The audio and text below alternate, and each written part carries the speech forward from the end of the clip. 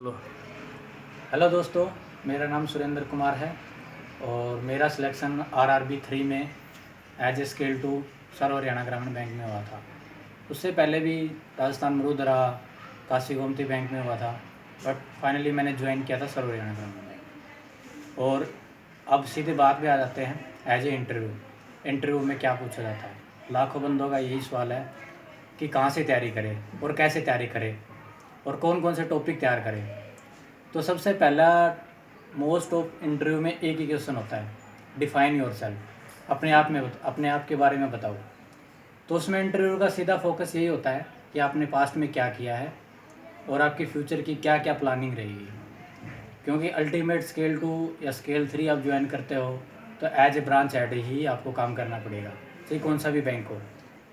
Second bank मिलने के बहुत कम ही चांसेस होते हैं और लोनिंग होती है मेन, सबसे ज़्यादा ब्रांच हेड का काम मेन लोनिंग होता है। तो आप एक्सपेक्टेशन रखो, थोड़ा बहुत तैयार हो जाए तो लोनिंग के ऊपर भी। अदरवाइज जो आपने किया है, क्या क्या काम किया है पीछे पीछे बैंक में, मोस्ट ऑफ क्वेश्चनिंग वहीं से होती है। और इसके अलावा जो थोड़े बहुत जो टॉपिक होते हैं वो आजकल के जो हॉट टॉपिक होते हैं, जैसे आज के टाइम पे डीमोनेटाइजेशन है या और भी कई ग्लोबल हैं, मेक इन इंडिया है, और जो प्रधानमंत्री से जुड़ी स्कीमें जैसे प्रधानमंत्री जन धन योजना, जीवन ज्योति बीमा योजना, जो भी प्रधानमंत्री कौशल योजना, जितनी भी हैं, एफआई से बिल्कुल कम से कम भी ये लगा लो 4 या 5 क्वेश्चन होते हैं। उसमें कौन सा रुपए कार्ड क्या है, एनपीसीआई क्या है, उसके बारे में आप भली बात परिचित भी हैं और थोड़ा बहुत तैयार भी रखिए उस चीज़ के बारे में आप। और इसके अलावा अपने एकेडमिक से बहुत ही कम क्वेश्चनिंग होती है, 1 या 2 क्वेश्चन पूछ भी लेता है, ना भी पूछे तो कोई बड़ी बात नहीं है। और जहाँ तक सबसे मेन क्वेश्चन होते हैं वो ये होते हैं कि आप इस जॉब को क्यों छोड़ना चाहते हो। मेरे से भी यही सवाल किया गया था कि आप इतने अच्छे बैंक को छोड़ के क्यों जा रहे हो। तो मैंने जो रीज़न दिया था, देखो हर एक रीज़न अलग होता है। मेरा था specially job security and growth. Finally मैं असिस्टेंट मैनेजर पे काम कर रहा था एचडीएफसी बैंक में, तो मैंने बोल दिया कि यहाँ मैनेजर हो जाऊँगा तो मेरी ग्रोथ है, ठीक है।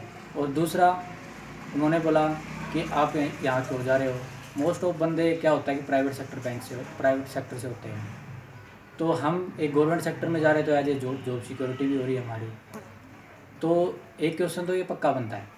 और अपने जो प्राइवेट सेक्टर से खासकर जो बंदे हैं उनके लिए तो ये सबसे बड़ा प्लस पॉइंट है कि जॉब सिक्योरिटी, मतलब आगे क्वेश्चनिंग होने के चांसेस कम हो जाते हैं बंदे के, भाई इतना अच्छा बैंक है, ये है, फलाना है। तो और इसके अलावा आप तैयार रखिए अपनी जो करंट टॉपिक है, अपने आप को तैयार कीजिए। जितना आप अपने आप को तैयार करोगे, मोस्ट ऑफ क्वेश्चनिंग आपके अनुसार होता है। किसी ने कहा था कि इंटरव्यू जो डिपेंड करता है ना वो खुद बंदे के ऊपर करता है। इंटरव्यूअर आपके बारे में कुछ नहीं जानता, आपको उसे बताना है। मोस्ट ऑफ क्वेश्चनिंग आपके जो जवाब देते हो उसी के अंदर होती है। और हाँ, एक बात ज़रूर ध्यान रखिए, क्योंकि उसमें जो बंदे होते हैं वो बहुत ही मतलब हायर एज के होते हैं, ये आपको सभी को मालूम है, आपने इंटरव्यू पहले भी फेस किए होंगे।